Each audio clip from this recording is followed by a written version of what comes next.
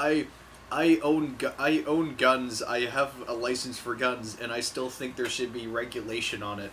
And then somehow that just blew up into something, I guess. But are you serious? And then today he just posted. Oh, Justin's set.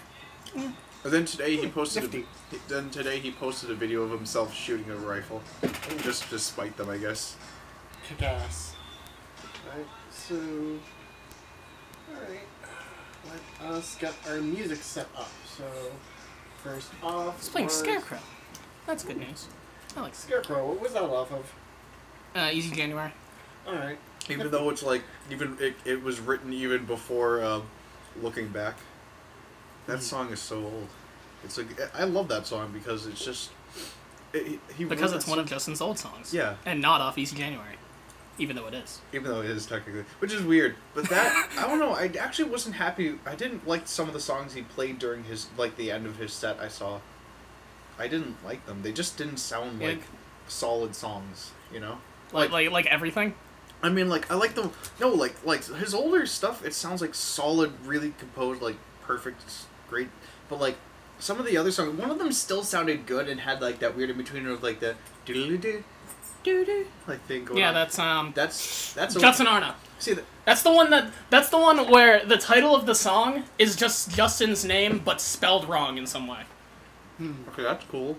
That song was okay. And on every on Bandcamp and on the CD release and everything, it's always spelled differently. It sounds like somehow they're the same kind of, they shift like I don't know, it's weird, like they're at a weird point right now. And I think they need to really figure out the direction their music is going right now. It's just so weird. Like it's just something that like really like it just like I can't pinpoint what's bothering me about it, but something is. I want to give him a chance again. I really want to like him again, his music again, but it's just getting harder. It's still, they're good, solid musicians. I don't know. They just really need to, really, because also the fact that Joe is still new, but he hasn't had that point at that sound again where everyone can play the song flawlessly and it can go. That's because Joe was just a session musician just for that show because Molly couldn't make it. Okay. Yeah, Molly is usually the bassist there, but But it's also Joe was just there for that show. I don't know. It's just some of it. It still doesn't feel like solid yet with their new current lineup. And I think the thing is that like Justin had to go through a big transformation period with like the Pink Room. Like he wanted to write something very soulful, very meaningful, and he didn't. He had to kind of depart from his old style to really get the meaning of the Pink Room out there to everybody.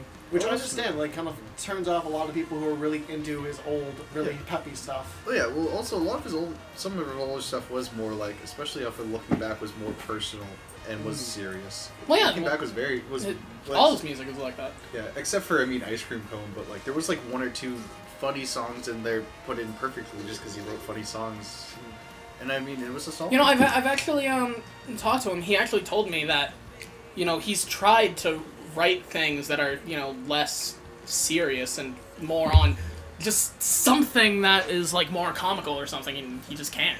Yeah, it's hard to write comedy songs. It's hard to write funny songs. Oh, that was loud as shit. Wait, we're recording it? Yeah, we're kind of streaming, but we're like have that 5 minutes of like airtime before we actually do anything. Okay, I'm gonna start down my chicken. I forgot. So you're just gonna like unwrap it entirely. Yeah, I'll unwrap it entirely and just shove it in the bag. Haha, quality production. Yes, totally quality. I'll rip it from the actual broadcast when we're posting the edited version on YouTube. Right. Finally getting into that. Because after the last episode, when apparently we were too quiet for anyone to even hear us, I just finally decided I would just rip the audio, adjust the gain myself, and then repost it. Apparently, like the first go at it, I tried rendering the video. It was like only got through 7 minutes of the podcast with 31 gigs of data taken up on my PC, and I was like, okay, that is a little drastic. So I had to readjust, and it like took an hour to render the whole podcast. But yeah. Ooh, what the hell is in that? That's a piece of lettuce. Gross. I'll have to do a vacuum of this room later on tonight. Look at this dog. We've been live for like almost 5 minutes.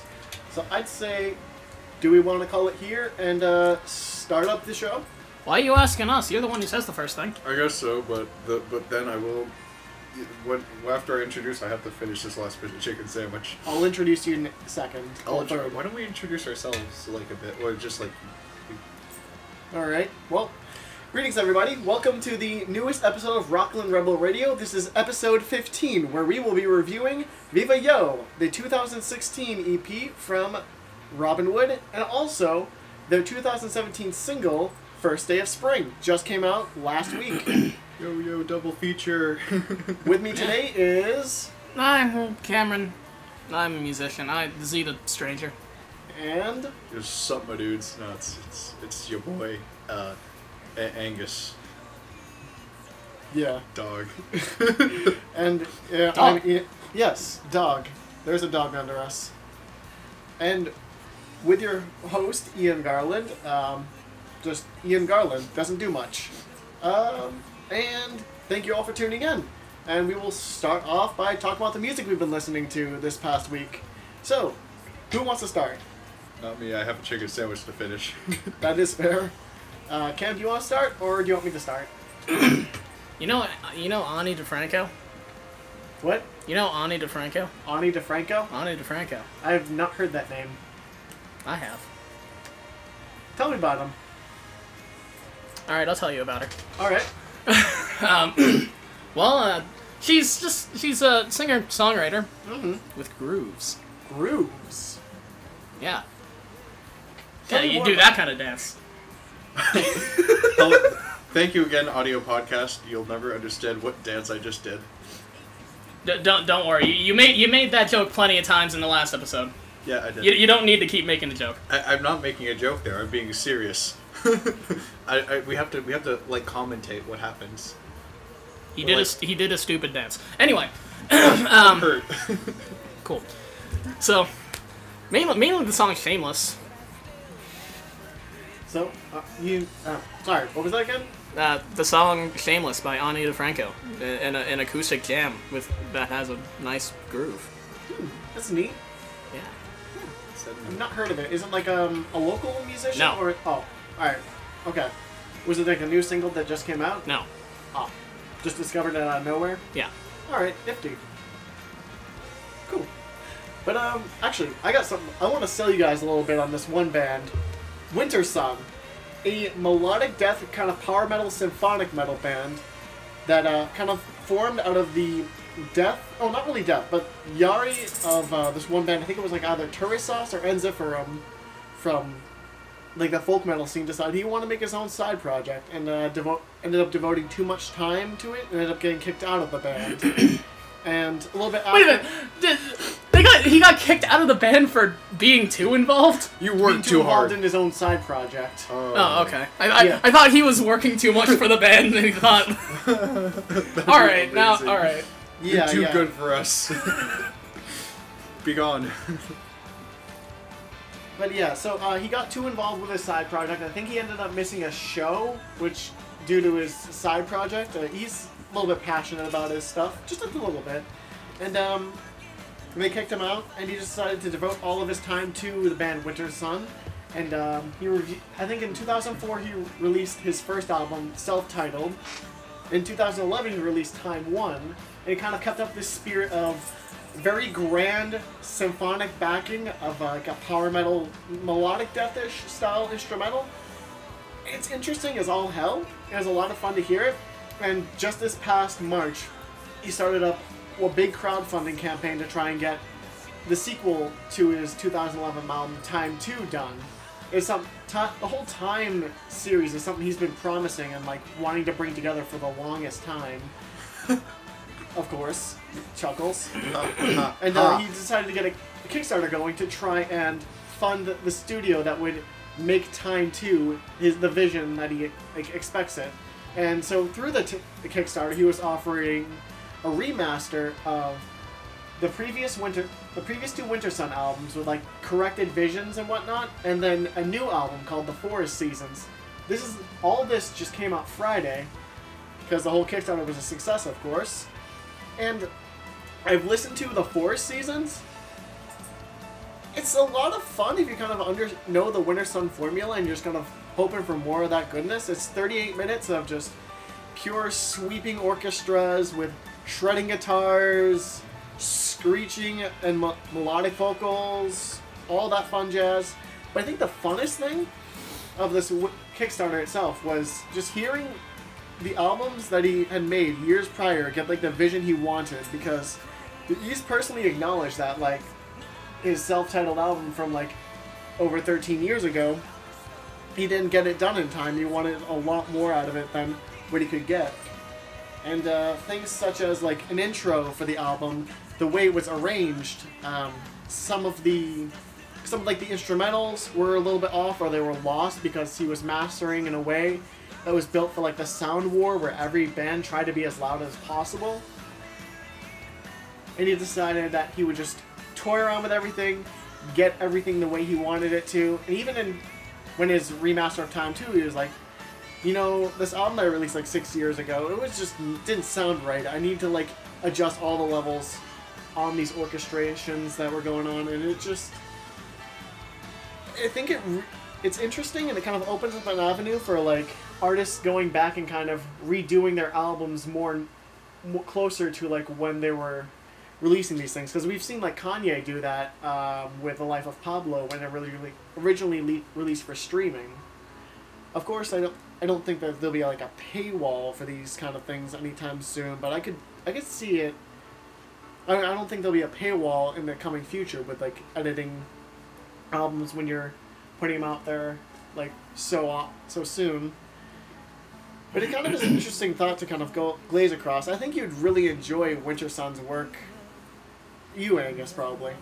Cam, you may be a little bit indifferent to it, but I mean, I guess if you picked up sounds interesting. Yeah, if you pick up one song, you probably like it. A good place to start is the song Sons of Winter and Stars from Time 1.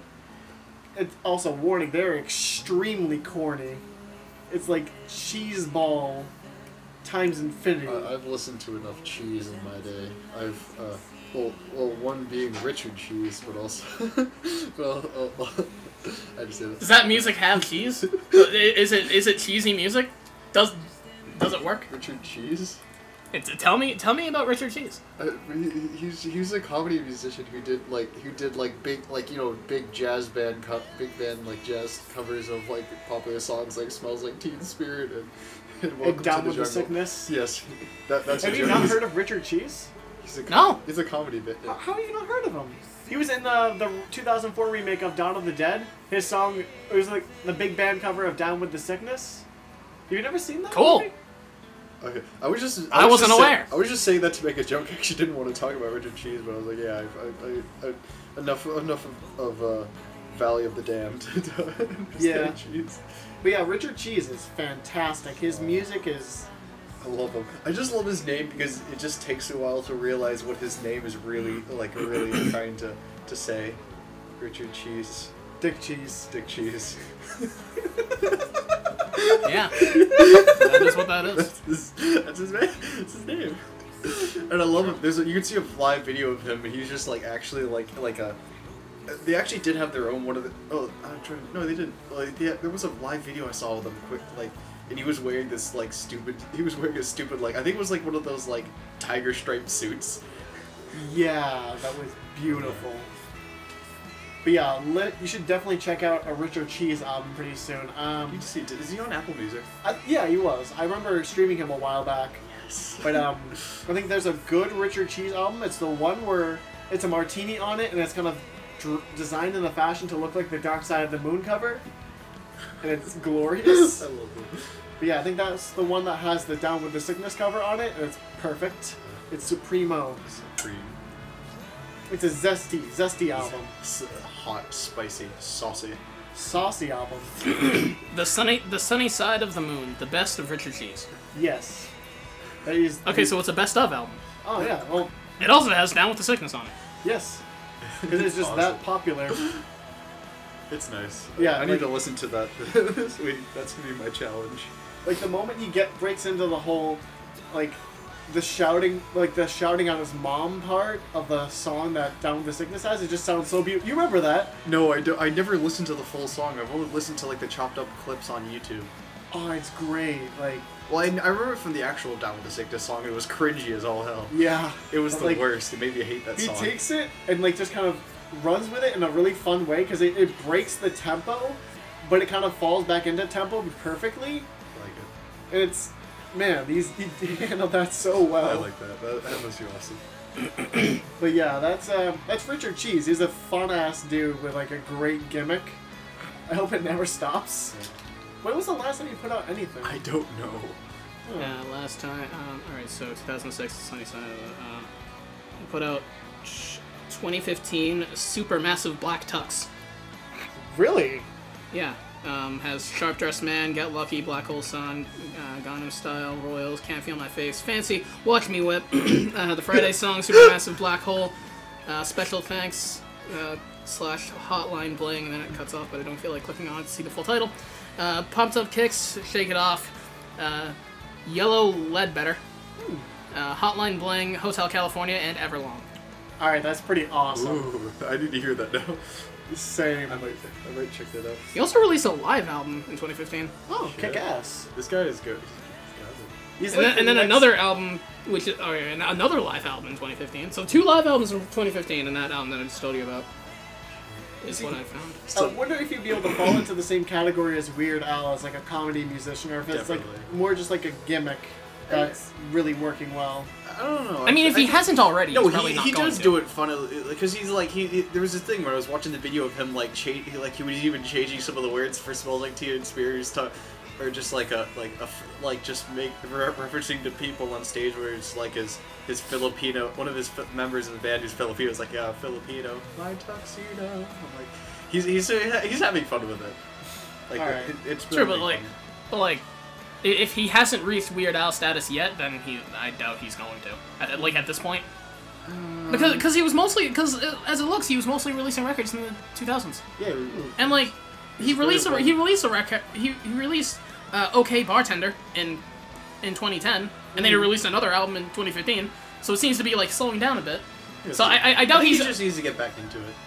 Yeah, and like Weird Al has been at Weird Al status since like the 80s. Oh, yeah. So- Well, that's also it also helps that he had a TV show on MTV.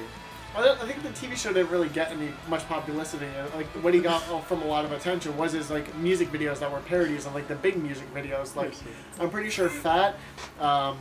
Yeah, it was a parody of Bad, and so was the music video. He also did like He parodied the music videos of the songs that he was parodying. yeah, like those music videos where he parodied them, like those probably gained him like massive popularity. He knew And the songs themselves. Yeah, like definitely.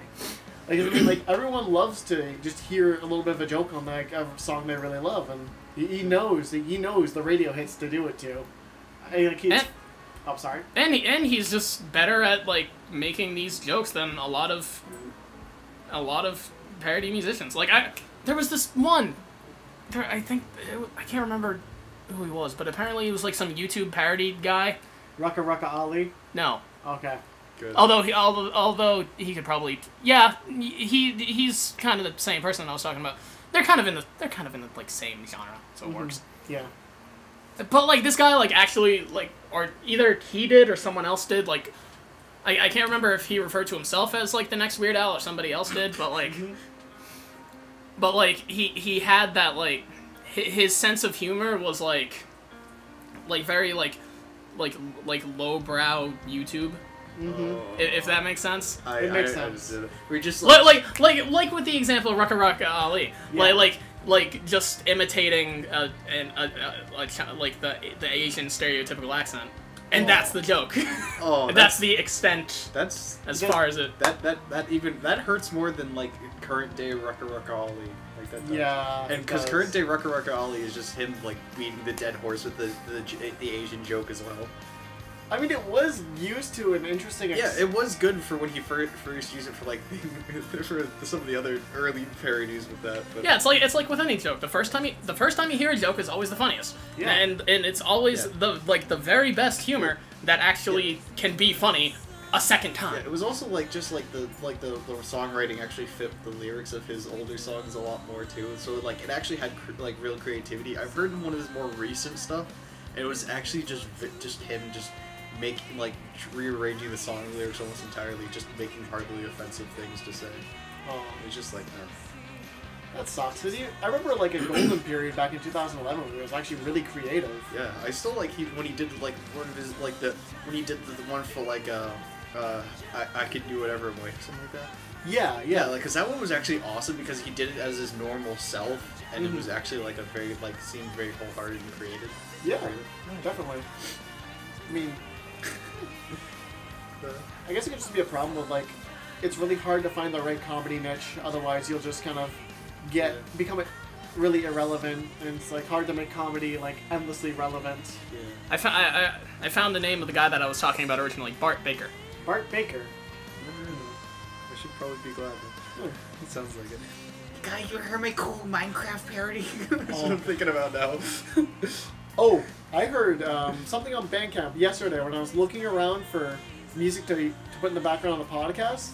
I think it was like some guy from the Boston area who was doing like some music called Krill something, but he had like a small EP of songs, 2 of which were remixes of JoJo OPs, and just he basically layered over Minecraft themed lyrics. Damn. I just listened to this and I was like, what is this shit? What is this shit? You guys, I mean, you're talking about creepers. These are crazy people. Well, like, the cover was like all vaporwave and stuff, so I could tell he was trying to be ironic with it. But even though it was ironic, it was just like, this is the shittiest thing I've heard all year. I can actually say wholeheartedly, I've heard some good like original I've heard some decent like they weren't really parodies, but just like almost like they'll like it's the idea of a parody, but like in Minecraft stuff, but it's not comedy. It's like just them making it like Minecraft themed, and it was actually I've heard good stuff like that.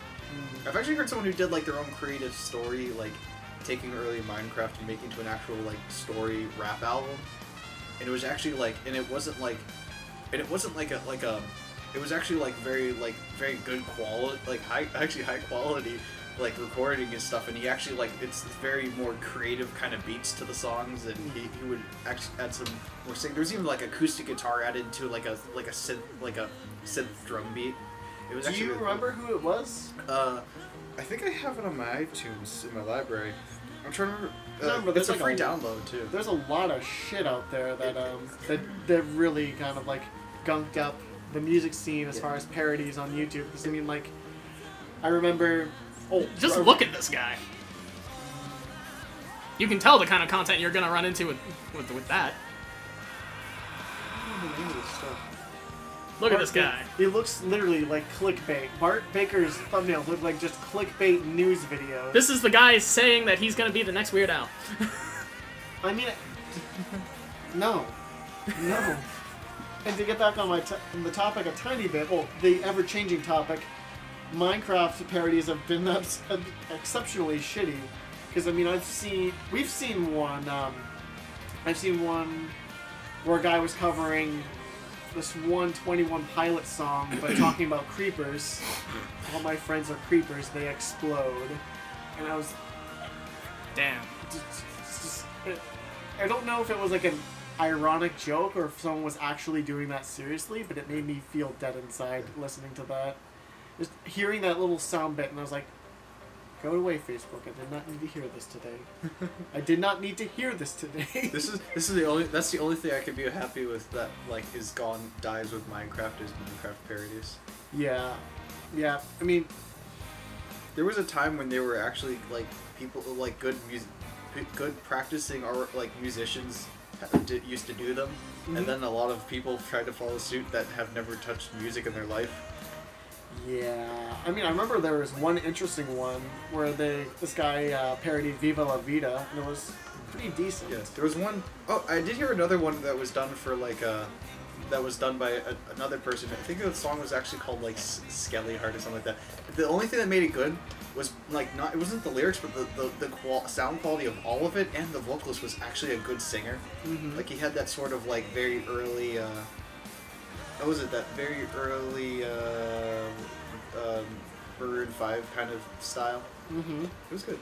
I feel like we should start moving to something else. Yeah, I yeah. still So have to talk what about about albums that you've been listening to, Angus? Well, yeah, since I'm talking. Actually, I hope it wasn't bad that they cut that off. I mean, it was a good discussion. It's fine. It was kind of a discussion that would have ended soon. Yeah. For me, I'm trying to think. I think it'd probably be more it doesn't. There's nothing really connect off of it. I could just start with the After the Burial album to listen to. Mm-hmm. Because I was trying to find more. So yeah, I was trying to find more music to listen to. This was a month or so ago when I found this, and I was looking for more crazy music. I was looking for stuff with crazy guitar work and stuff, and then found After the Burial's like kind of debut album, like the oldest one I could find on here from them, from 2009, called Rare Form. I don't know if it's their first album, and Apple Music says 2009. If I'm wrong, it's Apple Music's fault. Email them because they're bad at what they do sometimes. They're bad with dates. You're bad with dates. Maybe. I've never had a real date. Cool. Yeah. Cool beans. Cool beans. Watch Hot Rod. I'm sorry, watch it. It's bad. But yeah, this is Rare Form. Is, if anyone like knows After Burial, knows the this album for their like titled their first track on the album, which is Berserker, was like Berserker, like Berzerker. That's how you spell berserker. That's how you. Really? That's I don't how you spell it. know. I've never used that word. All right. I don't say smart things. You're literally you're judging the spelling of the word. I didn't But know. it's the right spelling. I was just saying that. I don't know. It just felt weird. That it was. I've never really thought about that until now. I just said that. I just went with it and wasn't thinking beforehand. I just did it. I just go, man. I just go. Yeah, it shows. I'll fight you later afterwards. And I'll fight myself. So yeah, I That watched. sounds like some serious personal problems you got to sort out, Angus. Yeah, it was just disguised the fact that I did something stupid.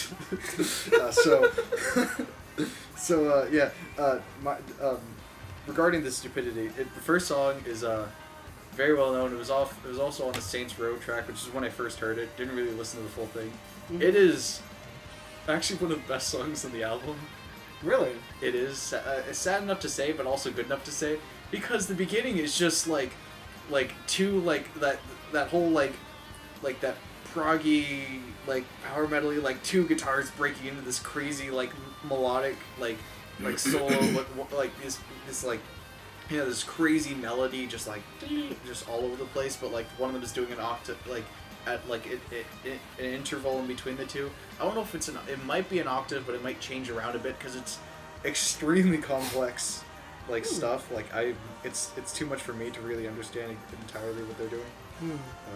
So I gotta look at this more. I'm messing up. But yeah, the rest of the album, it's weird because they mix it pretty much between more crazy melodic-y metalcore, not metalcore, but very melodic-y maybe an Unearth or Trivium kind of things with their guitar work, but then they go into sometimes it it switches between djent and crazy other stuff, because nowadays they're more known as a djent band, especially from their first their most recent album, which was a year or two ago, or was this year, I can't remember. It was an album they put out after their guitarist died and just went full on very intense kind of djent stuff, just for their dead guitarist. And it's 8-track album. It's the first song still is the best, and it's very memorable, but the other songs are still really good and have really complex stuff, and the first song really even feel they even have a classical kind of feel to them sometimes. Classical, in a Or it's neoclassical. yeah, metal a kind of sense? neoclassical metal kind of sense to them. So yeah, this album, it's very strange and I love it. It's so unique, but they didn't keep that sound. and so it's like their only album from there I actually have. I'm trying to listen to older ones, but it's really good for that kind of like they have like they'll have the points where it's like where it kind of feels like a big classical song with different movements and stuff like that, and like they'll change like progressions every so often, but like enough that you've had enough of each progression, and like some of them will get more simplified, and then it'll get crazier again, and it has this sort of feeling of being like neoclassical, especially from the beginning to Berserker, especially from beginning to end. And also the third song, Cursing, I don't even know how to say the third track, I'm sorry, some of these are hard to May I see it? That third track. Let's see. Cursing. I see. Akhenaten? I don't know how to say whatever he said. Be mad at him if he says it wrong. So yeah, it's great stuff. I actually highly recommend listening to it, buying it, however you want to get it. I would not say download this one without paying for something because it's worth money. Just saying it right there. It's a great album. It has like the songs. Maybe the rest of the songs are not as good as the first one, but they're still, after a while, they'll really grow on you more, and it's cool stuff. And I think you should really check it out. You might love it, especially too. The vocalist does even like all the kinds of screams to like highs, mid, low, like squeals. All right. He does everything, especially in the first song. He does all of it perfectly. Question: does he sound like Periphery at all? Periphery. Don't know. Because I've tried listening to Periphery before, and my biggest problem was the vocals. The instrumentals, god tier. But the vocals just like turned me off almost instantly. The vocals are just like they're good solid vocals. There's not like I mean, you're kind of close to Trivium vocals. Mm-hmm. If you like Trivium vocals, you might like this. Or like if you listen to Unearth. Maybe. I mean Old Unearth, not their new vocalists, their older vocals. It sounds like if you hear like hardcore band vocals like nowadays, screams sort of. I might. You're going to vibe with it. It's like most metalheads could enjoy the vocals on this. Alright. Now, Cam, what about you? Have you listened to anything interesting? Have you ever heard of Bright Eyes? Bright Eyes? Bright Eyes. Bright Eyes. Why have I never heard of anything you've ever listened to? Bright Eyes. It sounds very vaguely familiar. Have you been talking about it recently? No. I just brought them up for the first time now. All right. Okay. There's this one particular song called "It's Cool, We Can Still Be Friends," and the best way to describe it is by reading the first couple of YouTube comments on the song. All right. I shouldn't do this to myself while I'm drunk. Under that, fuck my fucking life, fuck shit, fuck being human is so strange. Just fuck. That sounds like something I said. Uh-oh, I'm listening to Bright Eyes again. You know, the name sounds vaguely familiar. This song breaks me. If you've seen like an album or anything, it's probably the album called "I'm Wide Awake, It's Morning." Let me see. Let me look at it. Because, I mean, maybe they released a single somewhere recently? Put on a playlist during school shit, and now I can't focus because I have a sad. This song evokes a certain type of sadness I forgot I possessed. What was that song that I was looking at in comments where it was like something about like, my dad died of cancer?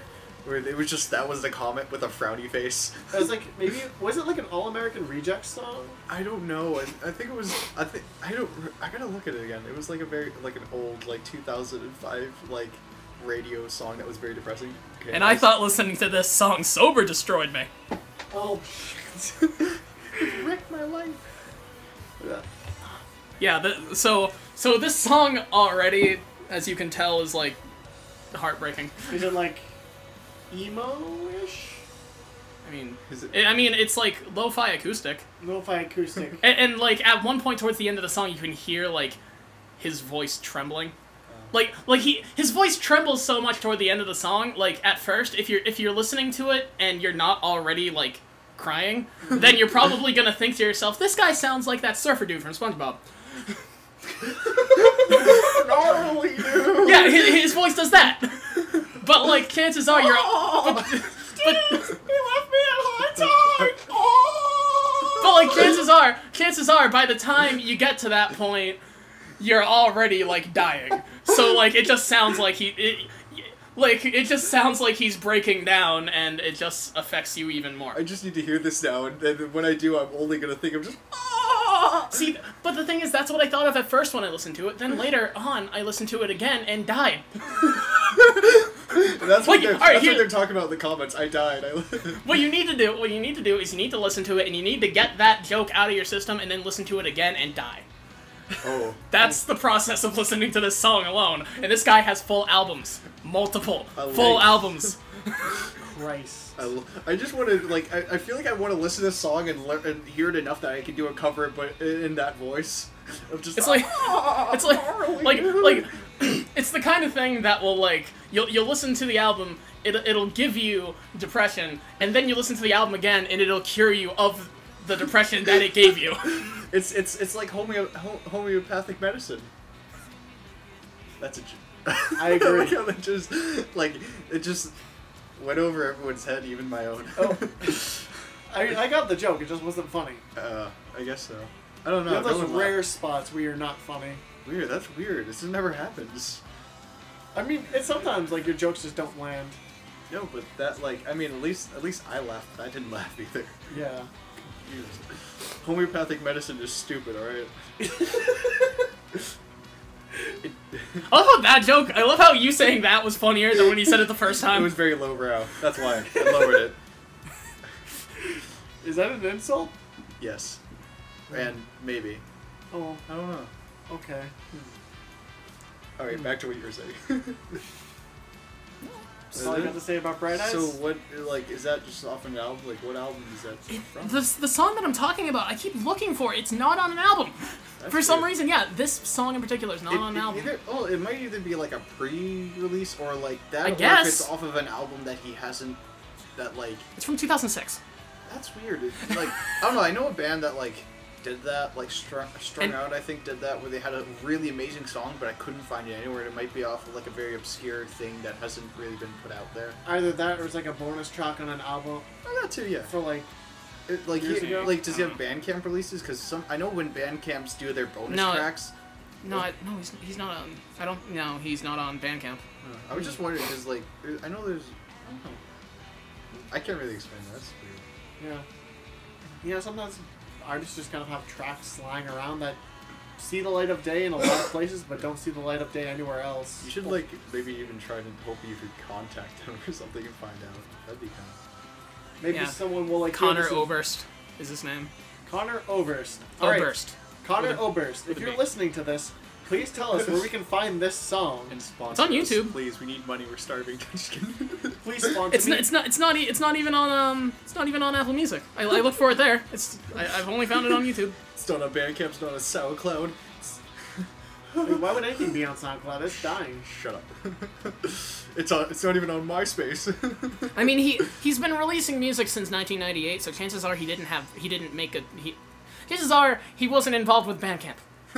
He could have put it on his MySpace. I've seen artists involved with Bandcamp, really old artists like Slowdive put their most recent record on Bandcamp. I'm just thinking about that. It's he had a MySpace, and it's because I hear you can have a song that plays when people see your profile, and so he just sets that song there. That would be horrible. Either people would go there and then leave because they're dying now, or they would go there and actually that would be the way that if he was struggling with something, he would put that song on there so that people would just be like, "Oh my God, are you okay? Who hurt you? Who hurt you?"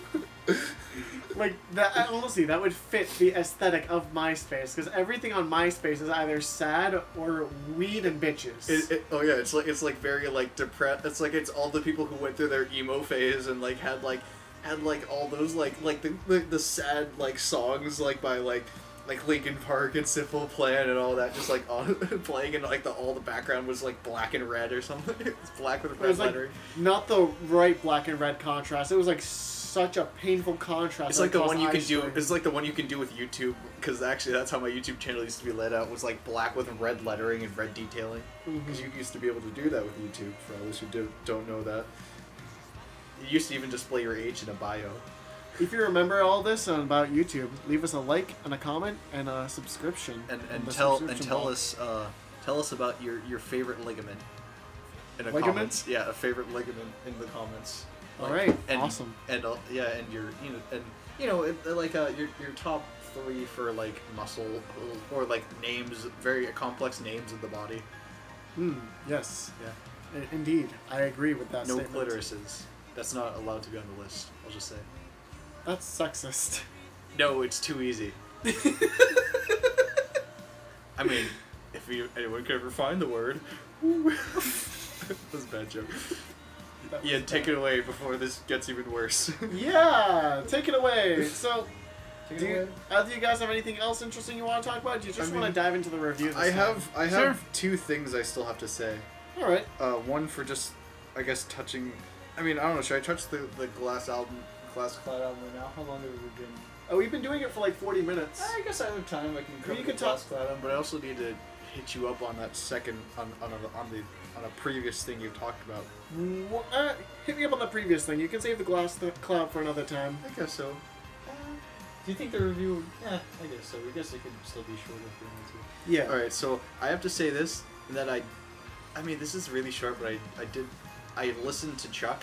And okay. I have to say, I really wanted to say that I loved it. You want to say? All right. Okay. It was good, especially for that genre. But I think the problem with it was that it wasn't meant to be a flashy guitar work album. All right. It's meant to. When I listened to it, it's supposed to be his personal album about his self. About it's basically Chuck saying his life story into different songs on an album. Especially even one of the later songs talking about especially even with sorry, I've got to pull up the album just to remember some of the names because I only listened to it once through because it was hard to really because I wasn't in the right mood for it. But Lady Be Good was basically pretty much just like actually a story about I guess his I'm just saying this from what I've heard from the songs. I could be wrong, but it sounds like his kind of tragic love story of actually his life with a girl that he loved that he even touched about later in The Dutchman. All right. And which pretty much was the mark that most of these songs were all like personal songs about him, which is why they weren't big flashy. Some of them were did have the flashy guitar work, and that was very reminiscent of his old Johnny B. Good stuff. But like it also had things for like piano solos, and so it was like around the place with different complexities and solos, and it was still good stuff. I don't think it was what you were looking for in that kind of album. I will say that. I think the problem was that you were looking for something very big, flashy, and complex for jazz blues stuff, and didn't find it. I mean, I think another problem was like some of the guitar work just felt really off. Like, did you ever hear parts on Lady Be Good where it's kind of fun, like, and it was like a little bit of a pause that felt too long before he started doing other things. It was fine on Lady Be Good. There's one song where that did happen, but it's just because he's trying to use things like syncopation and like regular jazz techniques to like add pauses to build suspense and then just relieve it, because that's what jazz is about. And he did that good for that, but like there's one song where it got a little weird, but it's like him even going back farther than Johnny B. Good, like him going to even more classic, which is what I heard. It's like like if someone who was listening to early Chuck Berry heard this, they would think this is a solid Chuck Berry album, because I think it's like it's going way far back. Like it's him doing really old school for him. So that's what it kind of sounds like. Like if you heard old Chuck Berry, this is probably what it would sound like. Okay, all right, that makes a lot of sense. Yeah, I actually want to recommend to you what you're actually looking for. I think from like what I was hearing you say was lacking was Stevie Ray Vaughan. That's what you want to Stevie Ray Vaughan. You want to check out Stevie Ray Vaughan. He did Pride and Joy. Pride and Joy. Yeah, you know it's like she's my pride and joy. It's my sweet little baby. I'm just a little lover. I don't remember the song, but it's on Guitar Hero. 3. 3, yeah. The album that you want to check for that is Texas Flood. All right, I will check back on that at some point. It's actually I was listening to it a bit, and it's a good it's exactly what you're looking for with flashy guitars, crazy stuff, and solid songwriting. That's I wanted to say, and I still got to say Chuck was a good album for what it was to be more of just a personal thing and not very like crazy and technical, and it was just him doing the same old jazz, blues, rock he knows, but like being very personal about it and putting down his final testament, his final words before that he knows he's gonna die, and that's basically what it was. Nifty. But alright, so I guess that clears up a lot of stuff. Yeah. Also, I did some digging, and I found where that song, the Bright Eyes song, comes from. Mm-hmm. So You're here to hear it first, folks. there are a couple things. First of all, in 2000, there was this compilation album called Transmission 1, Tea at the Palaz of Hun. Mm-hmm. And it has various artists, and one of them is Bright Eyes, and the song is It's Cool, We Can Still Be Friends. But then later, in 2006, Bright Eyes released Noise Floor, Rarities 1998 to 2005.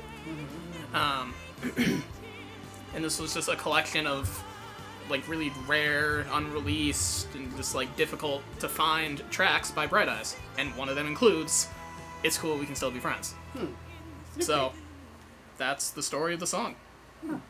Alright. Neato. Should check that out and totally like have like one of those old-fashioned 2007 YouTube cries.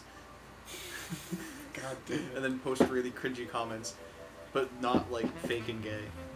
That's old school YouTube, but not the right kind of feeling for that. Disclaimer, Angus is actually gay, so we can say that. I can, but you can't, because I don't give you permission.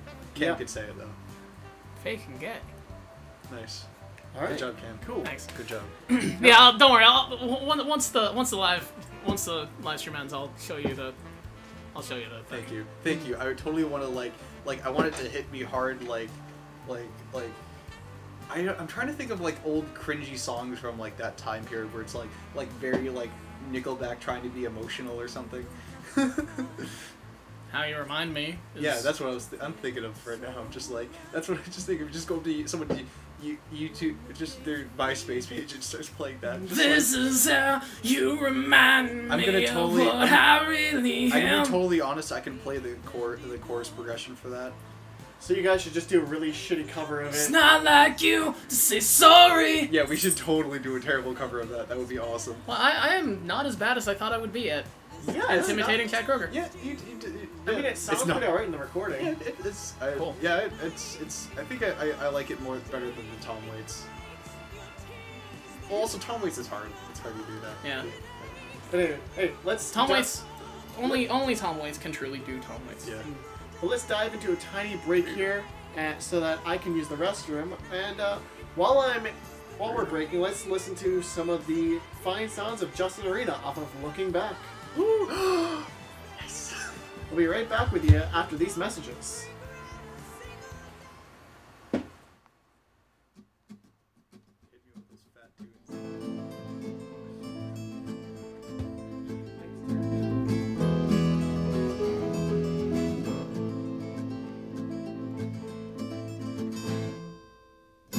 I've been in my room all day. Please don't open the shades. Gambling with my friends all day. Betting my life away. I'm afraid to look at the world. I'm afraid to leave mine. I will pray that things have changed since I last looked outside.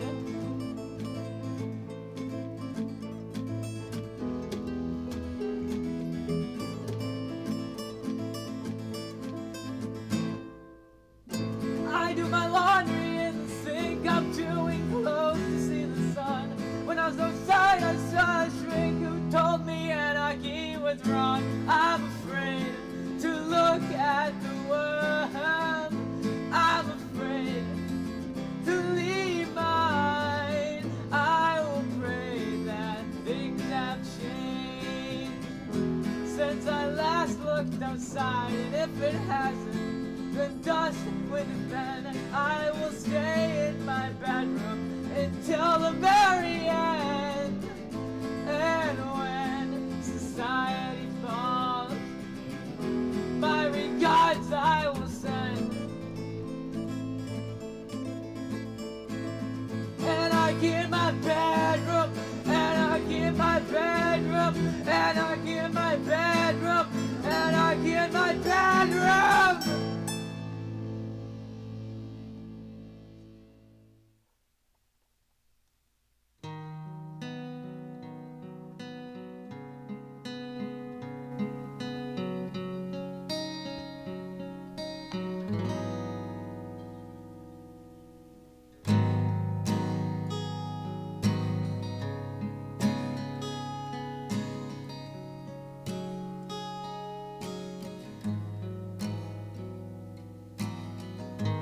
Can't get you out of my head tonight. I can't tell if my love for you is wrong or right. My worst fear is if we crash and burn, we'll both walk away and never learn that the bond and the feelings we share are nothing compared to blood and the tears dripping into the sand as you start to give in to your mind's demands. The cold wet bare feet and the numbness of your toes, and praying to the sky that nobody knows. Nobody knows.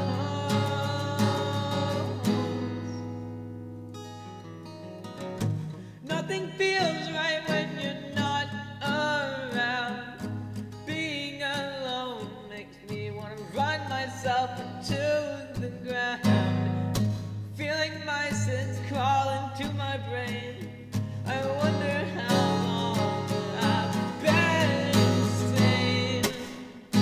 Blood and the tears dripping into the sand as you start to give in to your mind's demands.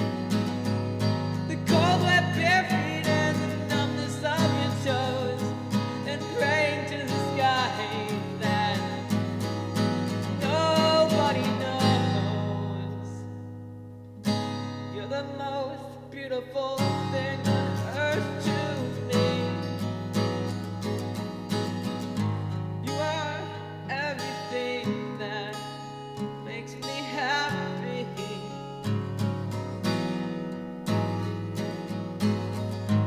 What if we were split into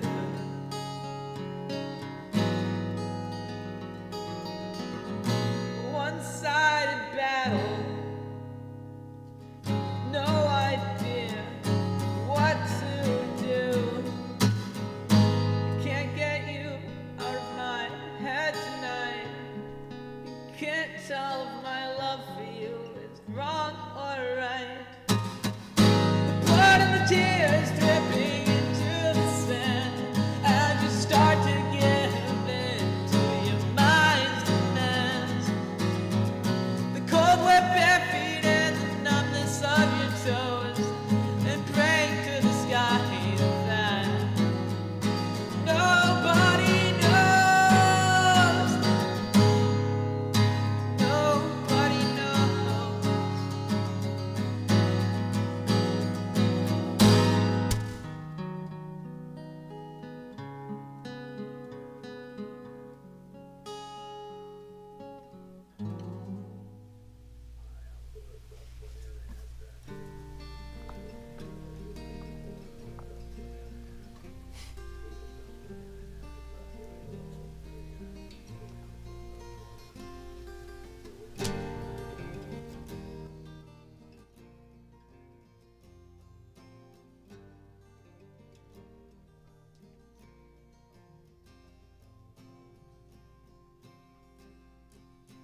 I've lost so much in this game.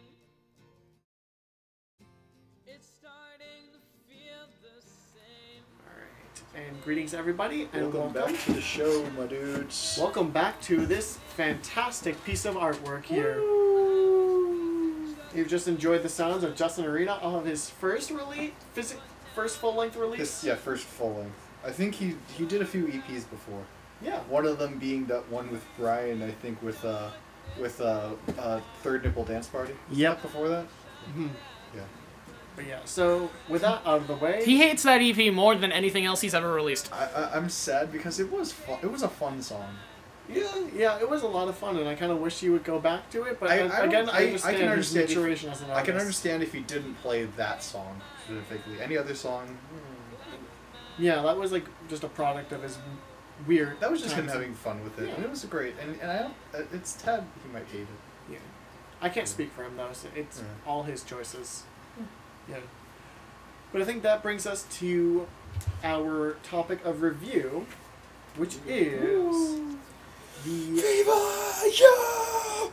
Yes, Viva Yo, the 2016 EP by Robinwood, and The First Day of Spring, their most recent song that came out the Friday before last? Something like that. Yeah. But yeah, it's Recently. very recently, and Very it's, recent. interesting. Faces, bro. you know, going into it, I didn't expect I'd like it. My one big worry before going into it was, how much is this gonna sound like Dim the Lights? That's the one thing I was worried about, that if it would sound too much just like another Dim the Lights, because it is hard because it has a lot of the same members and the same vocalists. So you're like, Well, yeah, but like the Caps Yeah. the Caps have a lot of the same members. yeah, but I know, but they're different genres than like Dim the Lights. Yeah. But like this is I didn't know how similar this is gonna be, but I was just saying that to at least build some suspense. I didn't say if I actually thought that, because I'm not sure if we've started playing the actual music yet. I've just set it up, okay. so alright. Well, I mean, I'm just gonna talk about the music anyway. Yeah, Let's go. And that's the Okay. fact that like the only song that really sounded like Dim the Lights at all was Viva Yo. And Yeah, If anything, like that is, and I will say, yeah, that especially because Andrew's also a vocalist on that song. I'm gonna say entirely that's exactly how I kind of felt about it. Is that like it sounded very different, but somehow still yet similar to Dim the Lights. But I can't really describe their sound. Well, the thing about Robinwood is that it's specifically Tom O'Malley. It's like his solo project essentially. He's writing everything. He's just teaching the other members how to play everything that he writes for Viva Yo. Alright. Well, Or for they're Robinwood, expanding I mean. upon it a bit, like how Probably. Nathan's like expanding upon with. I mean, they might like throw ideas around, but they're not like a solid. Yeah, They're not doing like they're not a solid band the way that Dim the Lights is. I can understand what you're saying, because that's how kind of how Scatter did, and Without Sight. It's like essentially it's like all centered, or like Robinwood is specifically centered around Tom O'Malley. Mm-hmm. And everyone else is just playing the music. Well, yeah, that's what I did with Without Sight, and when Andy was the bassist, he used to just expand upon the bass lines. Mhm. And that's how I did for. But I think we covered a bit of the details that we would usually cover at the very top of the review. But yeah, so he's Dedham-based. I think, were there any other major? Viva Yo is a four song EP, 13 minutes long. First Day of Spring, 4-minute long song. So, what were you guys' initial thoughts on them? It was like 13 minutes. Yeah, 13 minutes. Yeah, it's really quick. Well, it's not as quick as that Winter to Winter. No. Because Winter to Winter is like 10 minutes. Really? Yeah. Damn, this one felt I almost thought it was- quicker. Okay. Winter to Winter, like maybe borderline 11 minutes. Yeah, it's like they were both very similar, but yeah, this one felt quicker because a lot of the songs sounded very like they were connected, especially for the first 3 songs. Yeah. They sounded like one long song. It bothered me It a little, all- but it I was all- actually also okay with it. Yeah, they went into each other. They all like it all felt it flowed very well with each other. That's just the one thing. Is that entirely a good thing? Is it like a little debatable? Well, I could tell that they were different songs. Mm-hmm. I could tell that they were different songs, and because the fact that they flow together, that made listening to Viva Yo like front to back. That it just made it just made it go all the more smoothly. I can agree with that. I'd say it can make it better. The only problem I think was just the fact that it was so short. It almost kind of. I think that's probably what did bother me about that. Like I'm happy with that, and it sounded and like I've never that's heard the thing with anyone an do EP. that. I have a feeling that would be the case with any EP, Yeah. especially like an EP that you like. You would want there to be more. I've heard some EPs where I'm like where it's 5-song and it's like I'm satisfied with the length. It was just because this one was like under 15 minutes. In sometimes there's certain EPs that can pull that off if the songs are like extremely solid, but like the first song was only 30 seconds and that kind of Yeah, it was just like a minute long, yeah. or just like things like that, like kind of it's just like this in this certain case, like because I've heard EPs that are like 3 songs and it sounds like solid, like that's the perfect amount of songs. So this one just felt maybe a little too short. I wouldn't have mind if they threw on any special content that they had at the time that they wasn't ready for a full release or just things like that.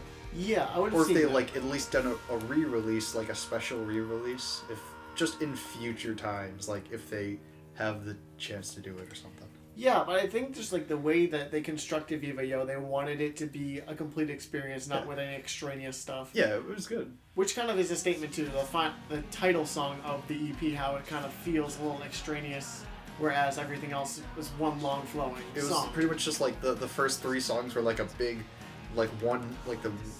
this one journey and build up to this last final song. Mm-hmm. Yeah. Which I personally think actually Viva Yo was kind of one of the weaker songs, mainly because I don't like the chug core direction it was kind of going in. I did like it. I love that song. It's great. So do I. It's good because they did it well and I don't know. It was a good song and I wasn't sure how I felt that it was mostly the same kind of. It was the same kind of feel of Dim the Lights because I wanted to hear almost something different with the same song, but.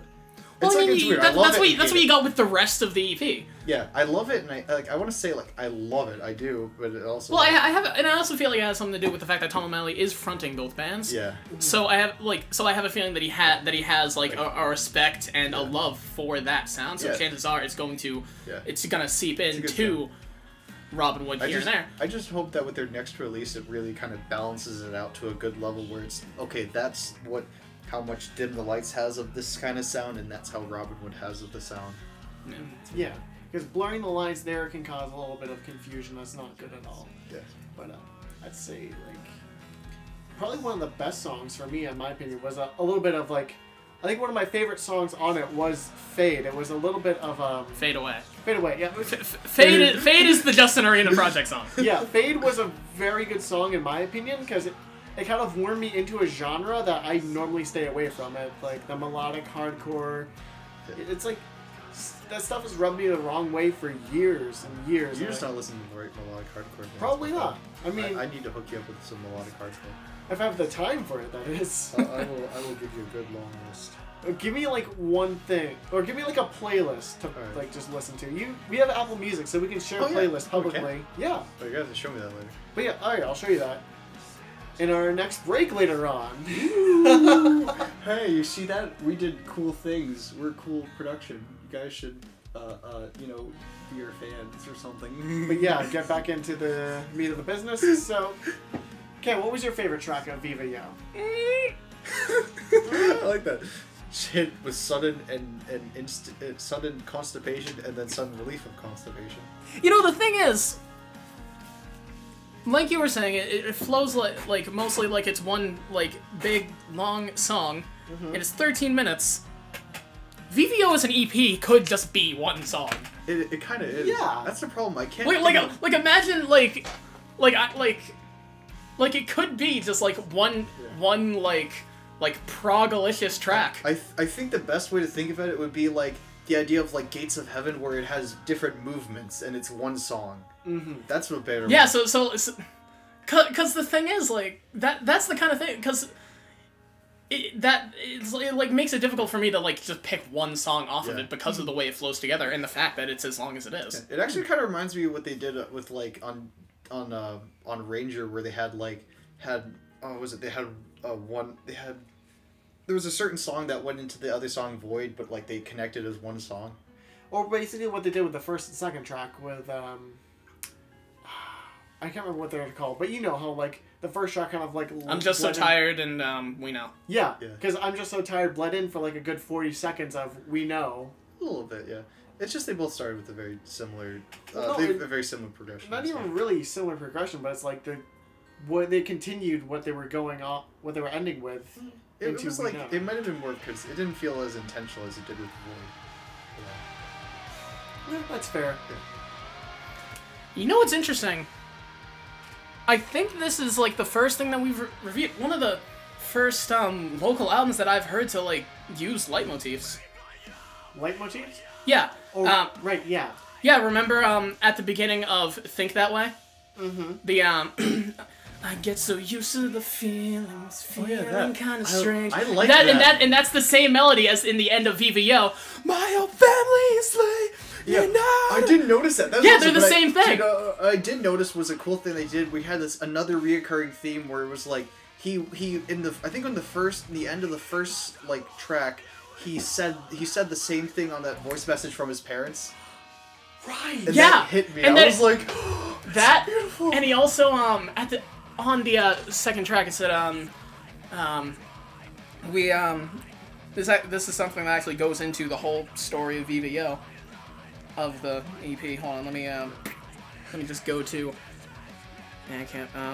I need to go to good. Yeah, I'm starting to hear them. Like, there has to be some. This has to be. I think this is telling a story when I listen to it more. It is. We lock ourselves in our room at night, awaiting the next day, and then on Think That Way. Oh, there's the line. Lock myself in my room at night, avoiding all the shame. Mm-hmm. So there are these recurring themes and leitmotifs in the music that are coming up. I gotta say, the more like I listened to it, the more I just like fell in love and geeked out of it. I'm like, oh my god! Like I was actually like after a few times of listening to it, like at first I was like, just like getting around with it, and then when I really listened to it, I actually started like hearing the songs again and started singing them because I loved it. It's yeah. It's like the thing where it's like the more I talk about it, the more I love it. Yeah. Yeah, and it'll probably be interesting that I know the story behind it all. Mm-hmm. Do you want to talk about is it the story proper enough to talk about it on live? Yeah, you should probably like kind of. I asked him about the story in the context of the podcast. All right. Okay. Oh. All right. So. Like I just had a conversation with him. Yo, round of applause for that damn research. Nice. Yeah. Nice. So tell us a little bit about the story then. All right. So it starts off. So the main theme of the album is his relationship with his family. At one point in the song Viva Yo, in the line, why do I have to fucking be this way? Mm-hmm. It seems that he's annoyed with himself that he's so attached to his family. That's how I take that line now, knowing the story. But what it starts off with is his brother going off to college, and since his brother's going away, he feels like there's now this like detachment. That's what good luck is. Mm-hmm. I need to go back to Bandcamp. Yeah. Yeah. I kind of was seeing those familial connections you were making there, as like I was listening to it a lot. It was, especially it was kind of evident when he was just repeating, "My family is leaving." My old family is leaving, and I don't want to stay. That is. Yeah. Oh yeah, I love it. It's just so. I need to tell you the story of Viva Yo, but I keep gushing about how great it is. Oh. That's frustrating. Mom and Dad will be so proud of you. So then in Fade Away. Mm-hmm. So it was him, his brother, and his dad. They were all living together. Mm-hmm. Brother goes away. Now it's just him and his dad. Mm-hmm. So the song Fade Away is about that and about his dad. And the main thing that he wants to do is he wants to make his dad proud of him. And the thing is, like, one thing that he knows is that when he's not good with working with his hands, but he got a job like that anyway, because just to make his dad proud, and he he hated it. Like, it was just awful. He felt like he was just killing himself at his job. He ended up getting impaled in the leg by a steel rod. Speaking of that, if you were to go onto the Facebook page for Robinwood, the cover photo is him just laying on the couch. You zoom in on his leg, he's purposely showing you the scar of where he got impaled in the leg. Shit, this is really deep. Like, hearing like how far he went with that, like, wow. Yeah, It's awesome. I just want to hug this guy. I think he needs a hug. Yeah, I do. Tom O'Malley needs a hug. I'm pretty sure that's how we all felt with Ranger. I feel like that needs to be like the description of this episode is just Tom O'Malley needs a hug. Put that in the description for Ranger too. No, put it into the description for Ranger, and then for this description, put it in Tom O'Malley needs a hug again. I think it just needs to be just for this one, because that's specifically what this is that we're discussing that we all need to go up to, like, Tom O'Malley. Like, next time we see him, we all go up to him in a line and hug him quietly, and then just walk on, and the next person comes over and hugs him. Really? He's like, what? And then, like, who hurt you? Who hurt you? on, Tell me on the doll where they hurt you. I think, with I think it's just on really still Think needs a That hug. on Think That Way. One line on Think That Way that is pretty powerful in the story is I'm not like the son who shares your name. His brother was named after their father. So essentially, a lot of this is him comparing himself to his brother. All right. You know, he feels like he feels like he's not up to that level, and you know he's talking a lot about the frustration that he has with that. And when I felt how you hurt, I just couldn't take the pain. You know, he told me that when he couldn't actually like make his father proud or happy or anything, he just it was especially difficult for him.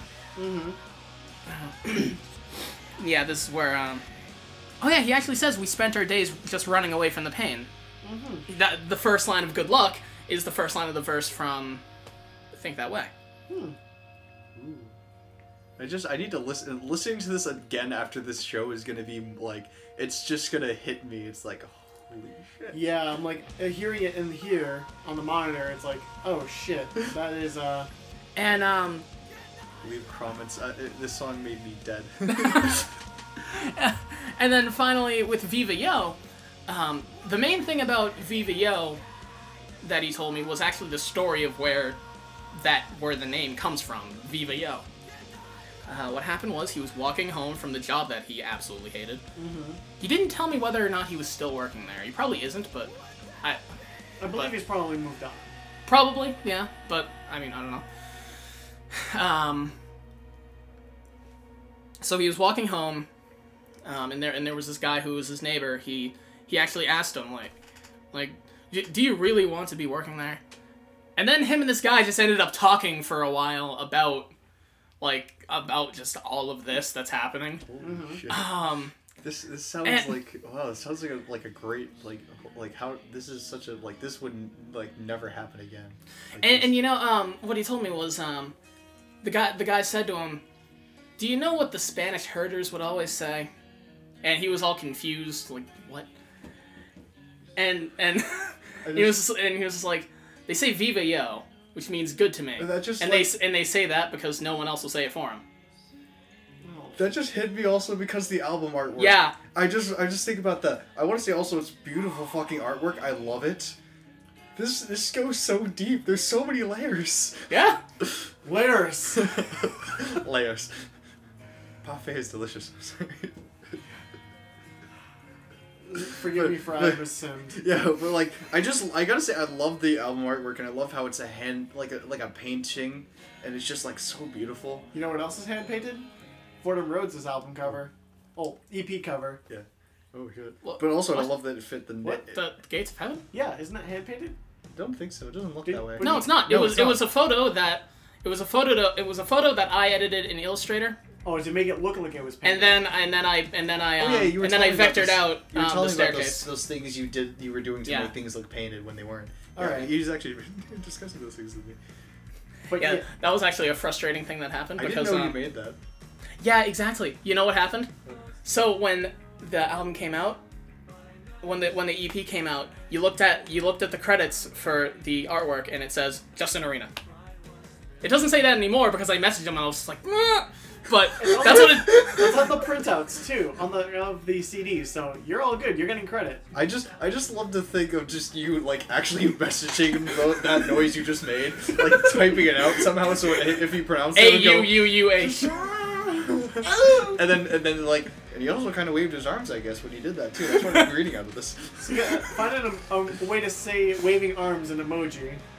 Just make an emoji, just like make a gif of just that, and just like with the caption with the.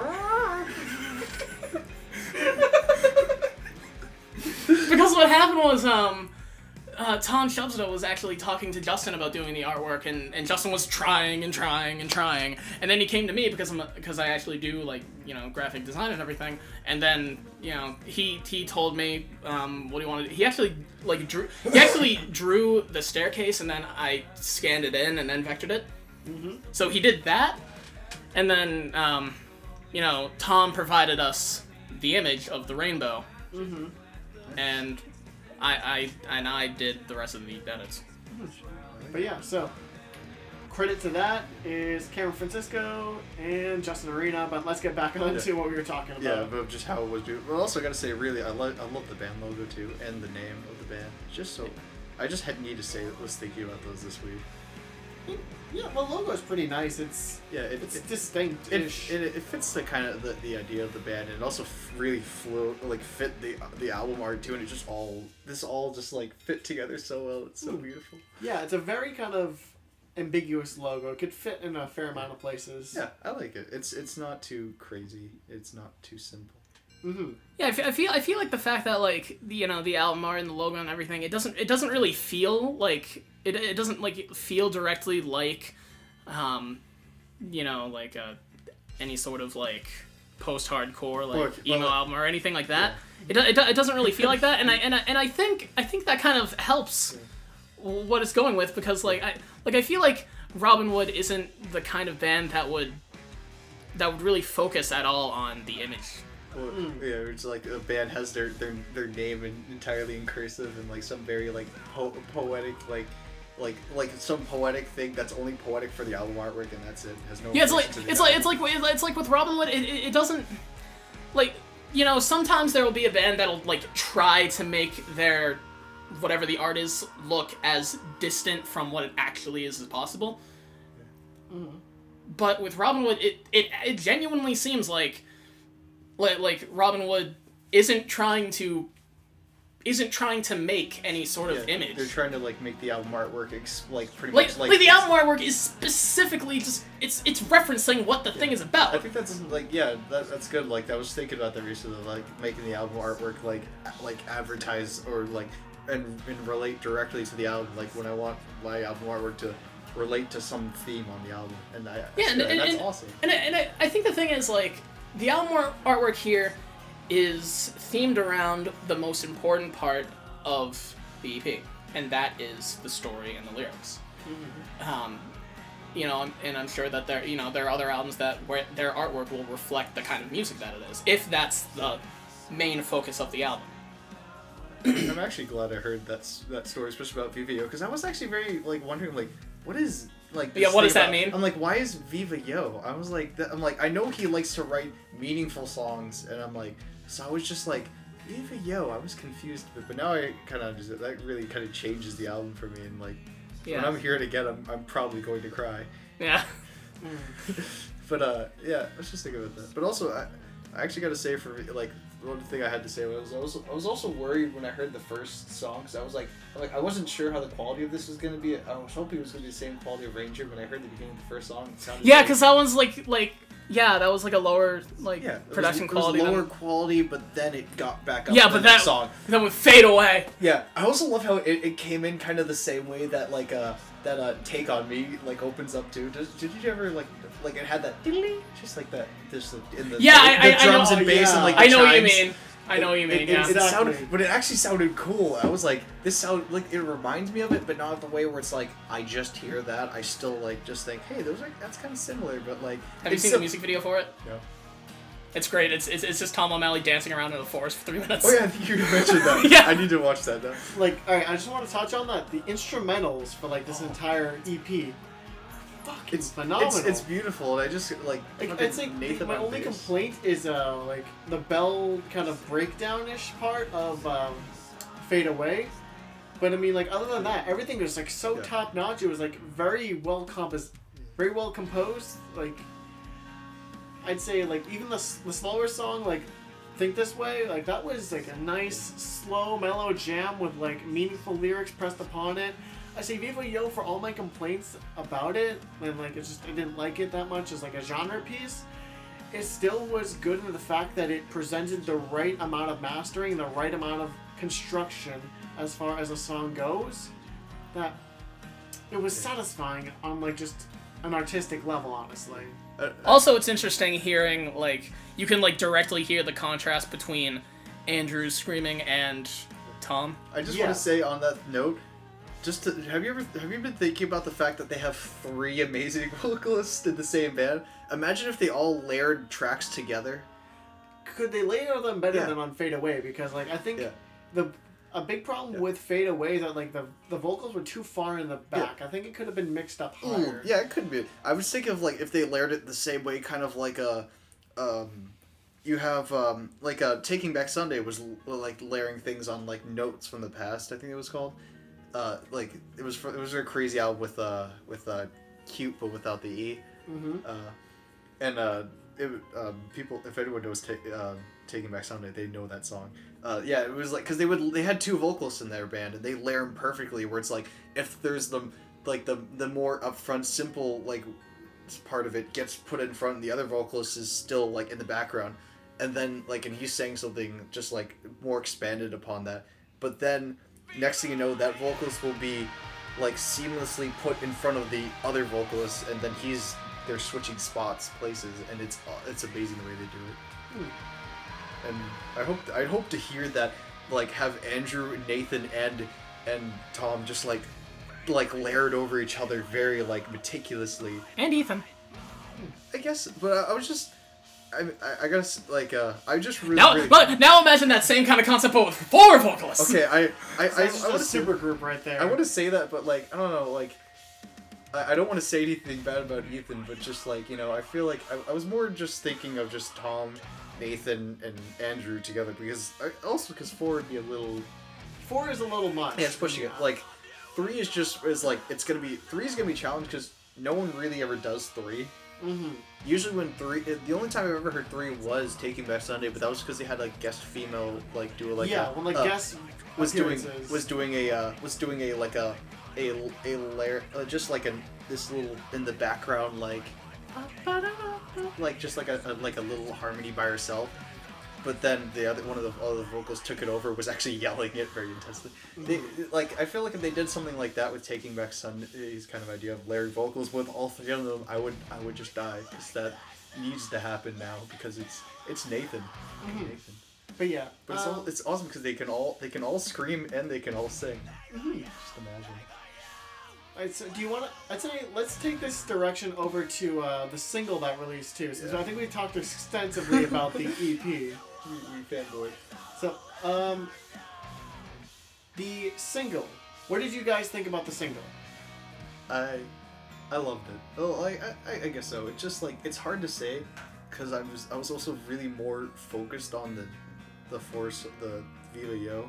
Mm-hmm. But I did listen to that one. Sometimes I would listen to it before Viva Yo and sometimes after. But I don't know. All right. Cam? It's the kind of quality that I would expect from Robinwood. Mm-hmm. That's definitely true. It's just that like VVO was like VVO was already like such as like it shadowed over the other one a bit. Well, probably because like VVO was like. You know what I feel like? I feel like First Day of Spring is a piece of something bigger. Yeah. I feel like there's definitely more to what it like. There's more.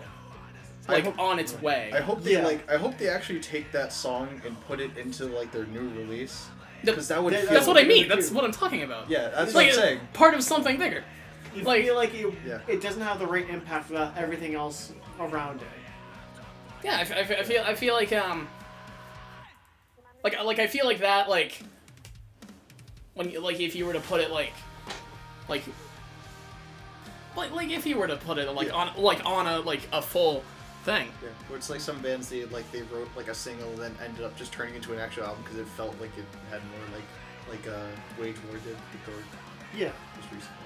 I feel like this is probably this is definitely a teaser for something that's coming down the pipeline. And that is probably good the way they did it then, because it makes you want this next release because it feels like something amazing is gonna come with this. And I'd love to just and if I do see this on their next release, just put in the right spot, I'll just I don't know, I'll ascend to a greater plane of existence. AKA orgasm. Honestly, my thoughts on the new track First Day of Spring, it was kind of trying to do all that Viva Yo did in 4 minutes, I feel. It had its slow intro, it had its jamming part, then it had its slower, jammier part that was kind of breakdownish, and then it had a finale to it. I guess they you can say that. It was an interesting what they did, and I kind of like it, but I think the kind of shifts in it felt a tiny bit unfocused. But that's just me. I still like the song. Maybe just he had a grand vision that I wasn't seeing, a grand artistic vision. I kind of like that he's keeping up with a whole family theme and his personal issues kind of theme going on, because I can kind of there's little bits and pieces that you can kind of relate to when they come up, I'd say. I just feel his strong suit is multiple song releases, and I think that's it's he's very strong. He comes off, his writing comes off the best when you hear something from front to back. Yeah, he's definitely good with conceptual things. Yeah, I mean, the concept, I couldn't get the concept behind Ranger, but I mean, it definitely flowed together well as a one big piece, and it shows up well on Viva Yo, and I'm excited to see what it's going to be when it comes out with the next album. As you were saying, though? Yeah, I kind of felt different. I think there was I did see a really strong concept of fairly on Ranger, which was, it also kind of felt personal, but not as personal as Viva Yo. I just couldn't put together what the big concept was. It was kind of hard, but it was just, I guess it's just really looking at the things he repeats, because I actually like the way he does that. He always likes to repeat certain things to really show the important parts, which I guess would kind of feel the single. But yeah, I don't know. I just. It's a single can only encapsulate so much, though. So. Yeah. Especially for a musician like this, whose strong suit is with concepts. Which I like that. I like that, because we don't have enough musicians like that who are just I mean, you obviously have that. You talk a lot about how you planned out all of your albums even years before you've recorded them. True, and also right now, what I'm planning to do with music I do want to do very conceptual things. Although what I plan to do conceptually, I think it is in a different direction than what Viva Yo is doing. I feel like my stuff would be more instrumental. I have a thing where it's just my solo stuff is actually is pretty much the same idea, where it's very personal, vague stories about me. I'm like, oh shit. Am I gonna be a Robinwood ripoff now? Is that what I am? My solo work?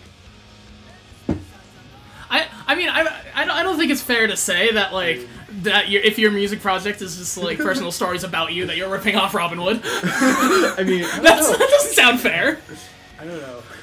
That doesn't sound fair. Robinwood would probably do it better than you. Oh yeah. Robinwood probably does it better than everyone. Cam, I will not feel offended by that, because I agree with that wholeheartedly. Yeah, it's just I can't really I can't currently think of I can't think of anyone who would do it better than Robinwood. Not even me. Yeah, Robinwood I have an ego, but not big enough to say anything bad about Robinwood.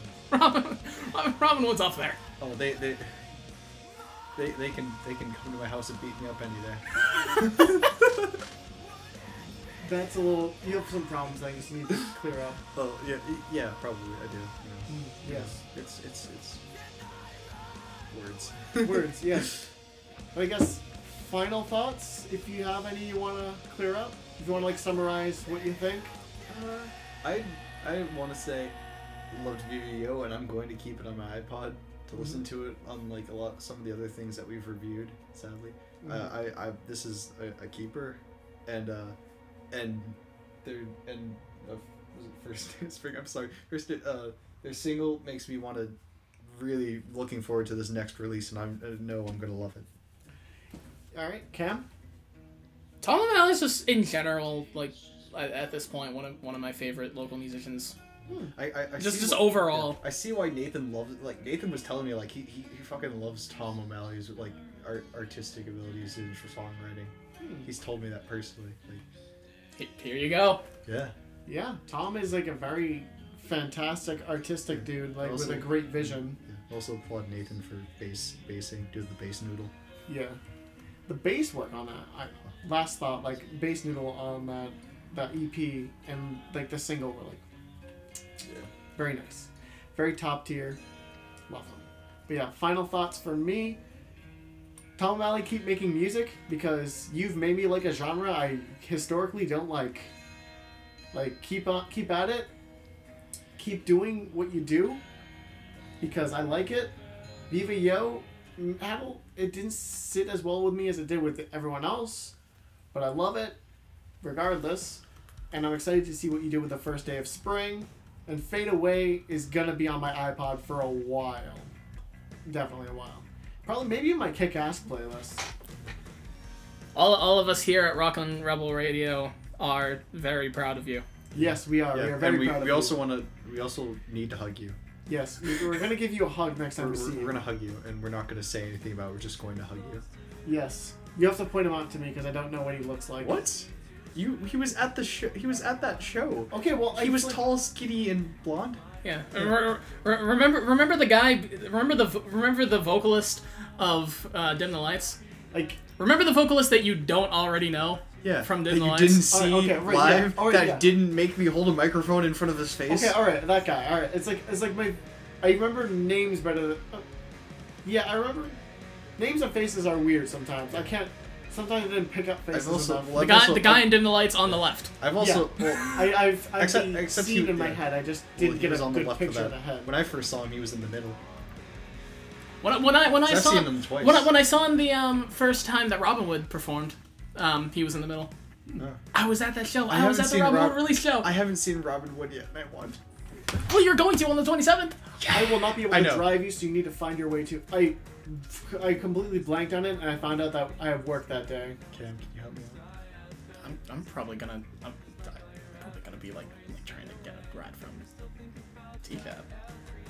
I mean, we can like I can work something out. I want to go to this, so I can want to try see Robinwood. picking you up and then bringing you to Rockland and then going to work. Then you just have to try and. I guess I can like try and snag you from wherever you are, bring you back to the house. What day is it on? It's on Thursday. Yeah. Wait, Thursday. That is. Could you get out of work early on Thursday? I could try. I have to do. Because I have to do demo work for someone else. It's I have to not work for them that day. It's someone else. Yeah, it's like.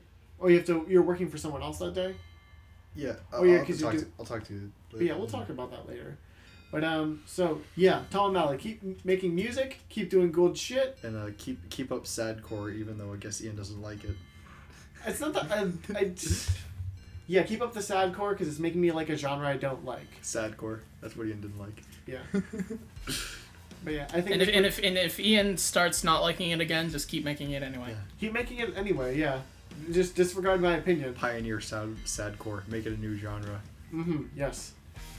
I think this brings our review to an end, and we're gonna be right back with you for a couple. We'll be right back with you after a couple minutes of another local artist. I've yet to pick this out. Somewhere on here. What's a good local artist? I did not have this prepared. This was a terrible transition. Someone should punch me in the face. Good local artist. Actually, let's pull up Miniature the glory Pull up of Miniature Philosopher. Moose Knuckle. Oh, I love you. Ian, I have one last thing to say. Like, time this right after I say it. You ready? It's too late. Oh, well, okay. Tom O'Malley, we love you.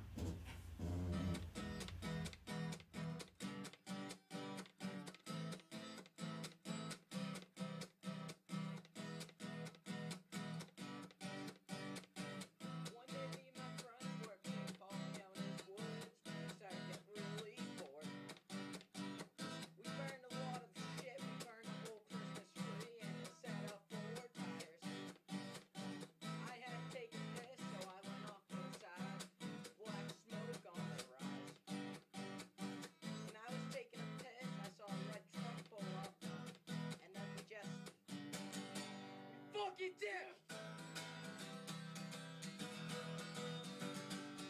Running on his power lines, yelling at top wall. Go fuck yourself! Ran through a swamp that was and I swear I saw Shrek. When we got out the other side, I turned around and I yelled, suck a dick!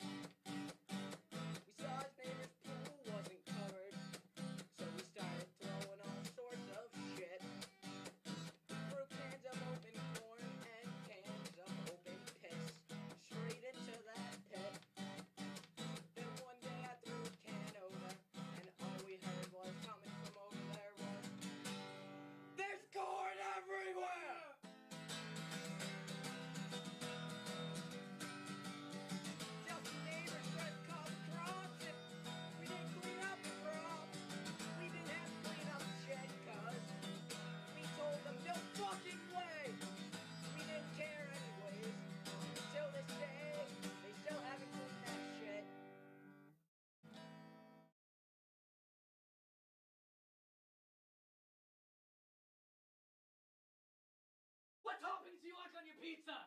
Not pubes!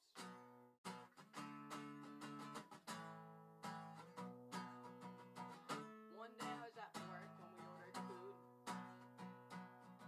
I got a pizza and I was really fucking hungry.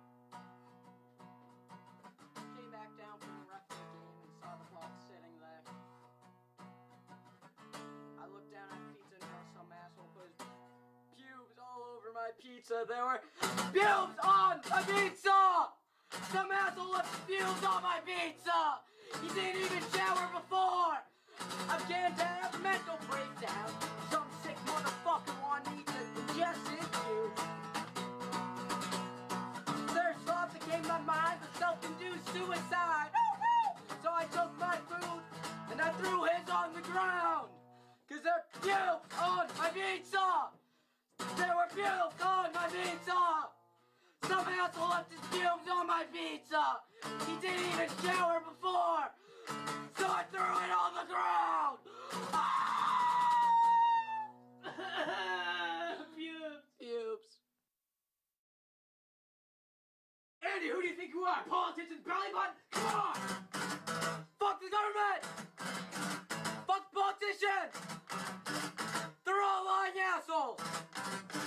No such thing as mercy! Goddamn dictatorship! Way too many rules to land up free. Every official's a goddamn scumbag! Self-arise again! Aliens exist! Fuck the government! Fuck politicians! They're all lying assholes! Guns don't kill people! People kill people!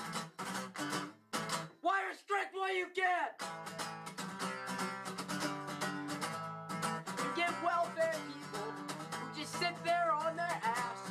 Give 30% of my paycheck to yourself. Well, go fuck yourself. Solar system bullshit. Fuck the government. friends. They're all lying assholes. Don't trust them for a fucking second. Fuck the fucking government. Eat shit. Ah, Andy.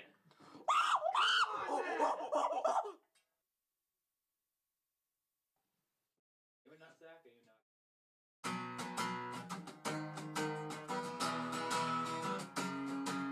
I like cheese, it's there, my snap. I keep them all day 'cause they're dinky, just like crap. I have a head on a pole in my room that watches me while I sleep. When I get depressed, I have staring contest with it, and I'm lost on guess. I'm a weirdo, and I know it. You are too. Feel free to show it. I will never be like the rest. I'm an outcast.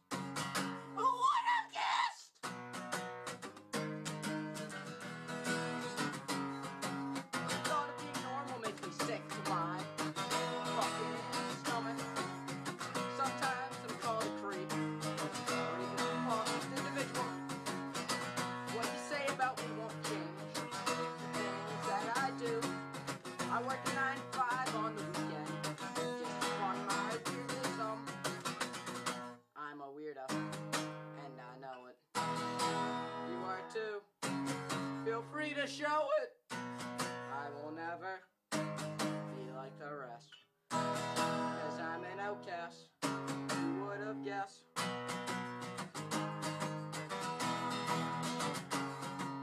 I never want to be popular or have many friends. Thought of having many friends is not a good one to me. As long as my friends can accept me, and I really don't give a shit. I'm a weirdo. So you are not Zach. So do you have 2 testicles or do you not?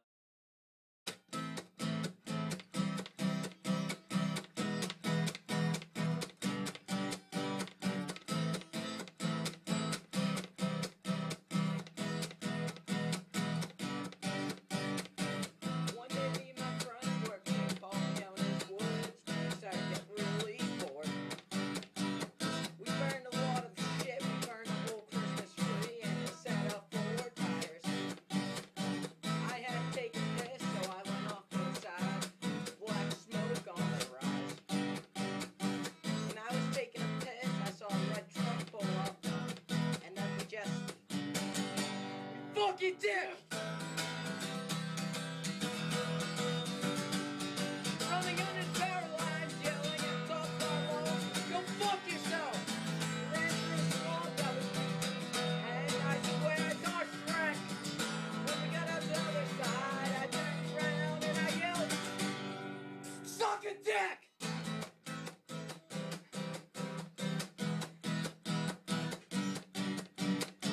Me and Justin were in his yard one day in the middle of the winter. We saw his neighbor's pool wasn't covered, so we started throwing all sorts of shit. We threw cans of open corn and cans of open piss straight into that pit. Then one day I threw a can over, and all we heard was coming from over there was, there's corn everywhere!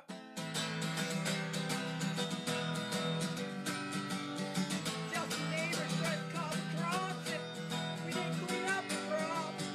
We didn't have to clean up shit cause we told them no fucking way. We didn't care anyways.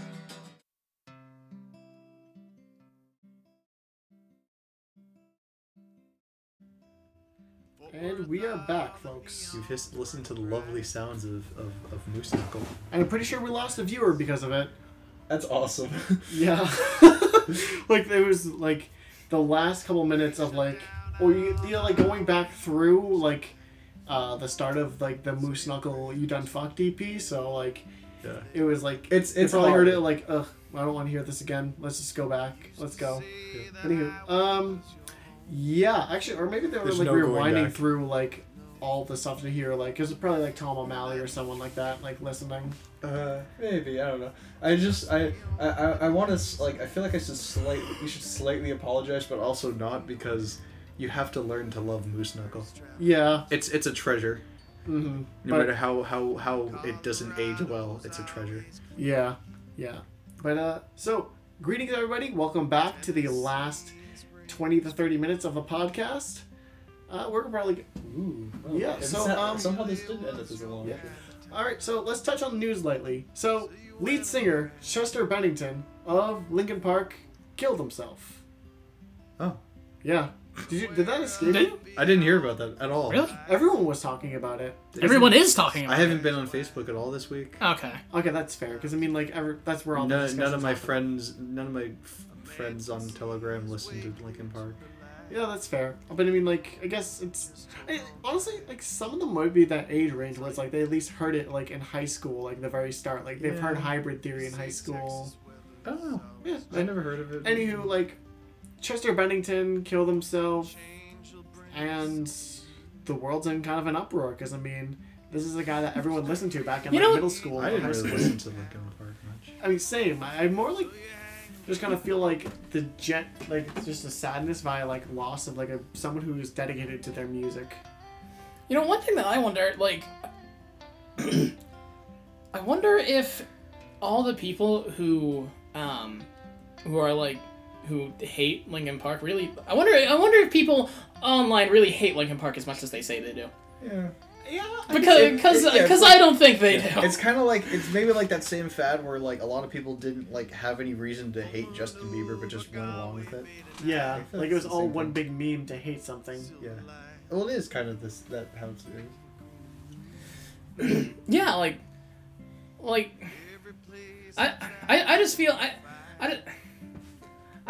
just feel like there are like a lot of people who like were wicked, like just like Linkin Park is just like the absolute worst thing ever. But because someone on the internet said that. Yeah. Because they were told to think that by someone online. Yeah. I'm having that with some bands, and I need to like I need to get myself out of that a bit. But yeah, I don't know. I make casual jokes about Linkin Park, especially because there's a sign for a place out across the street from my dad's house that is like Lincoln as in Abraham Lincoln Park.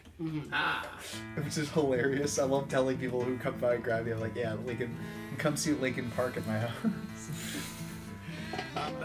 But yeah, I can see that. It was like a very similar effect to just like bands in general. It's a hive mind that dislike, because we've seen it as far back in my childhood, like to popular boy bands like Backstreet Boys and NSYNC. Like I remember us as kids being like, "Ew, Backstreet Boy," just because. I don't remember that. See, the reason that I didn't feel that way is because I grew up with an older sister who listened to all that. Yeah. So some of my earliest like experiences with listening to music on my own has been that from my sister. Yeah. But the point still stands there. It's the hive mind ideas that still kind of have existed since when we were way young. We were kids and whatnot. And you know what? I think the same concept exists for Nickelback too. I'm pretty sure their worst crime has been being generic. Honestly, it yeah. is. That They're just very generic. They're generic, but like they have some catchy tunes. They have, they're- you know, they're I can listen to some of their songs, but like I've never listened to a full album. Yeah. well, I mean, like even that's what I mean, like I should listen to a Nickelback album. you know, sure, why not? Yeah.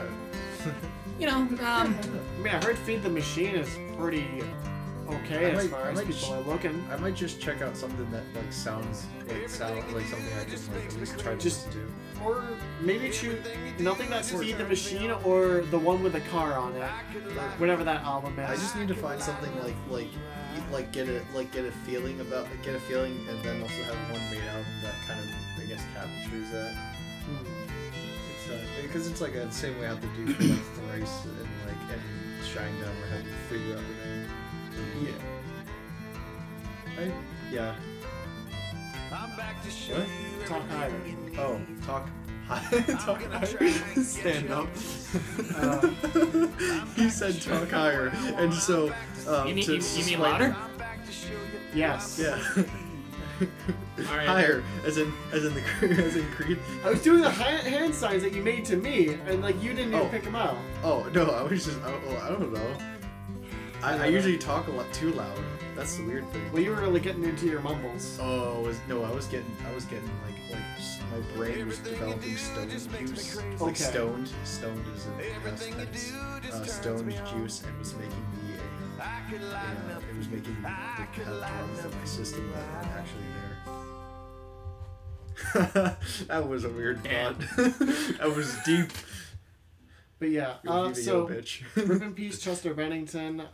Ripping pepperonis. I didn't really like Linkin Park all that much because at the time that I was listening to it, at the time that I would listen to it, it was just like, it was enamored by different artists and different genres entirely. But Check out Meteora. From what I heard, yeah, Meteora is a very good album. Like, and One Last Light, it's not as bad as everyone's been saying it is. Yeah, One It's More just- Light. It's just a departure from like what everyone wanted out of Linkin Park. But I guess that's really it for like major hard-hitting news, other than the new Worst of Us song that came out. Hey, I was supposed to announce that. That was my piece of news. I'm the host of this show. I know, but I am the creator of the show. But I sent it to you. Also, like, I don't even think that we have specific pieces of news. I know, but I sent that to you. I have nothing to say. I heard. I wanted to say that because I love the Worst of Us. Yeah. I love them because I've known them longer. Well, then than you give both us. of you. Well, then you give us the details. Well, I'll give you the details. It's a I just wanted to fuck that up, just like that. I don't know. I almost felt like it's right to just like trail on because you're staring at me like intensely. Well, I'll give you the details. tell us about this new single by The Alright. Worst of Us. It's a Kind of sum it up in like really quickly. okay. I'll sum it up really quickly. Basically, I think it's called House of Lies. It's on their YouTube channel. I think it has a single release too. Don't know where it is yet. It's sort of them almost departing a little bit from the the metalcore sound they took on very early on. But yeah, check it out. It's good, and I hope to hear more from them and kind of put some faith back into the band for me. Mm-hmm. All right, awesome. Maybe we can review it this week. Ooh. Maybe we will. But all right, so I guess that's all for major news. So let's jump into upcoming releases and shows. So there's a small change to our upcoming releases page. So Spidera, something new, of course. Geff, something soon. Amanda McCarthy, something soon. Boxes Draw, something soon. so just about everything that we talked about the last episode. Basically, yeah. Tell us what the small change is. But the small changes Oh, are fight. Sound Bandits have confirmed that their new album is coming out this month. Not this month, but next month. You heard it here August. first, folks. Insider info. I mean, I hope it doesn't change and that we're basically fake news. Yeah. But What? I'm sorry. You're meme trash. I am You're a meme trash. queen. You're a meme whore, not a But- queen, just a whore. Yeah, I am a meme whore. But yeah, so we've got new Sound Bandits most likely coming out in August unless things change. We've got Fordham Road confirmed that their album is coming out in the fall. I want to hope September because that'd be dope. But I mean, with the way things are going, it could easily be like October probably, from all we know. It'd be probably supreme time if they got the right theme down for an October album. Ooh, that'd be nice. But yeah, I'm always excited for new Fordham Road. It's gonna be busy, and yeah, Angus has his stuff that he's working on. It's supposed to be out in August. Sometime in August, we'll see what happens. I haven't been as productive as I should have been, but I just found the lyrics to one of the songs I actually forgot the lyrics to, so I'm gonna have to relearn it again. Oh jeez. Yeah. No, I remember like the main riff, the main like chord progression to it. It's just gonna be quickly remembering the song, which will happen. I still have it like in there. Yeah, It's hard to remember like 20 songs offhand that's fair. because that's actually what I have to do. Most of the songs that I play live, I don't have written down and I just remember them offhand. Mm. One of the songs that I wrote like 2+ years ago. Some of Oh. the songs, yeah, half the songs I play still are 2+ years old. Christ. And I just remember them offhand. You need to play a show again. I need to. I don't have it. I don't have the right connections anymore. Like maybe check your fake Facebook so that you Yeah. can like see I if need like to people just make- offered you. I just need to make a new thing that's just for me, and it's because I'm taking the without sight and separating it from my acoustic. Just make your I'm just own gonna be like lore. band page for lore, and then like kind of have everyone direct your stuff to that. Yeah, I'm gonna direct everyone to that. Message all like the chat, message the Barn Kit group chat or whatever, and all those other people, and have people spread it around. But yeah, so all right, that concludes our upcoming releases. Nothing really has changed otherwise. So shows. What have we got for shows that are coming up? Do we know off the top of our head what shows are coming up aside from the barn show that we discussed earlier? Well, yeah, it was. Well, I guess I don't know if they are exactly confirmed, but yeah, the ones we saw, there's a few from the Worst of Us mentioned on their Bandcamp. Doesn't say if they're actually from this year or not, but it does say one for July 27th and one for the 29th. I think was it the 27th that I said? He said 27th. Yeah. I remember it because One it for was the the same day 27th, as the show. 27th at Upstairs Palladium, and then there's another. The 29th has two. One in Attleboro and another in somewhere in New York. So yeah, like that's the confusion there. You don't know if there's like. Yeah, that's why it's very kind of weird. And they also, it only says the August one on their Facebook. There's an August one. So go for details. Go to their Bandcamp and maybe try and figure it out for yourself. Go look for actual shows or events pages.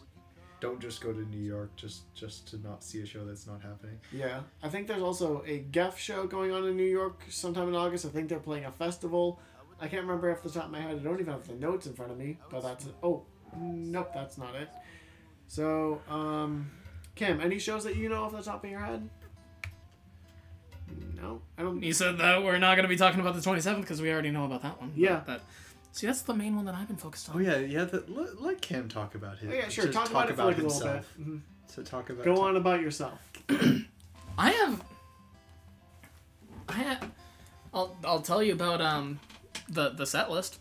All right, sure. Why not? Yes, we got some insider info. Just like some crazy like bumper thing that's just way too extravagant and crazy. And All right, so bells and whistles and. all right, so the tracks on the set list are "Am I Wrong," "Paranatural Life," "Twisted Strangers," "Knighting Sir Gumal," "No Man's Land," "Pretty Baby," "Minute Hand," "Xerox," "Uncount at Port 9," "Multimedia," "Rockland's Finest," "The Contrarians Crescendo," "Past the End of the Road," "Die," "City of Ghosts."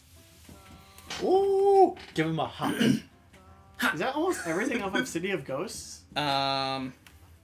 Let's see. 1, 2, Boy, 3, we 4, getting crazy. 5, 6, 7, 8, 9, 10. Yes, 12, because it's 17. 13 tracks. So you're playing. It's 13 tracks on the album, and I'm playing 10 of them. All right, so it's almost everything. And then there are 1, 2, 3, 4, 5 tracks that aren't on City of Ghosts. Am I Wrong and No Man's Land are both off Divided by Zero. Mm-hmm. And then Paranatural Life, Minute Hand, and Past the End of the Road are on Rose. All right, nifty. But yeah, so definitely look out for that set list. Look out for my boy Z the Stranger playing. That's what you know Cracker what's great? cold water, boy. The transitions that I have for this set are ridiculous, but I'll that I can show you once this is all over. Because it's something that you need to like actually hear. Mm-hmm. Yeah. But alright, so that's what you got for shows. Cam's giving you some insider info. I'm gonna die Just don't... at the show Okay. at the end of my set. Is the last performance he's gonna have a Ghost Rider take on. Actual Ghost Rider. Actual ghost. Yeah, Cam's ghost. He's gonna become a I gotta build this city somehow. I don't think murder of yourself can build a Ian, city. we're building it on bloodshed. That's Like, how America was built. On bloodshed. I'm gonna die. I'm gonna become a ghost, and then I'll be able to communicate with the other ghosts and make a city of ghosts. Fine. Oh. That way, you know, that makes more sense. Instead of like killing a bunch of people and then talking to all their ghosts, I can just make myself a ghost, So then only one person dies, and it's me, and then I can actually talk to the other ghosts and then make the city. Cam, one, you just did a me thing, and two, I liked how that actually made sense when you said it like that. Yeah. That was nice. Alright, so I think this brings an end to the show, because it's been 2 hours almost. So, where can we find it? Where can we find ourselves? SeeTheStranger.bandcamp.com. Angus? Without sound at Bandcamp, I don't know, at Nathan_Calsagno with C's. That'll be a serious account. There's the Twitter account for this, which I haven't made profile pictures yet. For the show? Yeah, for the show. It's at Just Rockland Rebel, at Rockland Rebel Radio, I think. Oh, kick ass. I'm just gonna say right now, I've been dealing with this for too long. It's pronounced Calcagno. Calcagno? Yeah, it's not. Calcagno. Alright, I'll remind it. I'll remember I think it. that's your fault. I think you told me that. I don't know anymore. Yeah, you told me that, I think. Maybe I did. Someone told me that. Calcagno. I will remember that. Everyone remember that because Calcagno. I'm screwing it up. Calcagno. I would have believed it because it sounds kind of Italian when you say Calcagno. Yeah, it does. Oh. But yeah, check that out. It'll be my main thing for not weird animal shit. Yeah, and Gay shit. Yeah, you can find me on Twitter. I think I'm still Ian FTI. You can find me on the Bandcamps at bandcamp.com/Blamberjam, or is that the way? Is it / your name for artists, or is that for fans? Oh, I think it's bandname.bandcamp.com, right? That's for the artists. Yeah, Actually, it's a, gonna check and see if Because my link is thestranger.bandcamp.com. no, it's not Blamberjam. It's Garlando-Coon. Yeah. It's a friend, but that's mine. My Bandcamp, if you want to buy me stuff that I've favorited. But yeah, so there is that, and just keep on the lookout for more good stuff from us. I gotta say I was wrong. The @ for the show is at Rockland RR. All right. Yeah. Well. Someone followed me. Yeah, we'll coordinate that, and all right. Thank you everybody for tuning in. This has been a pleasure. Take care. Okay, I gotta remember to post before the show.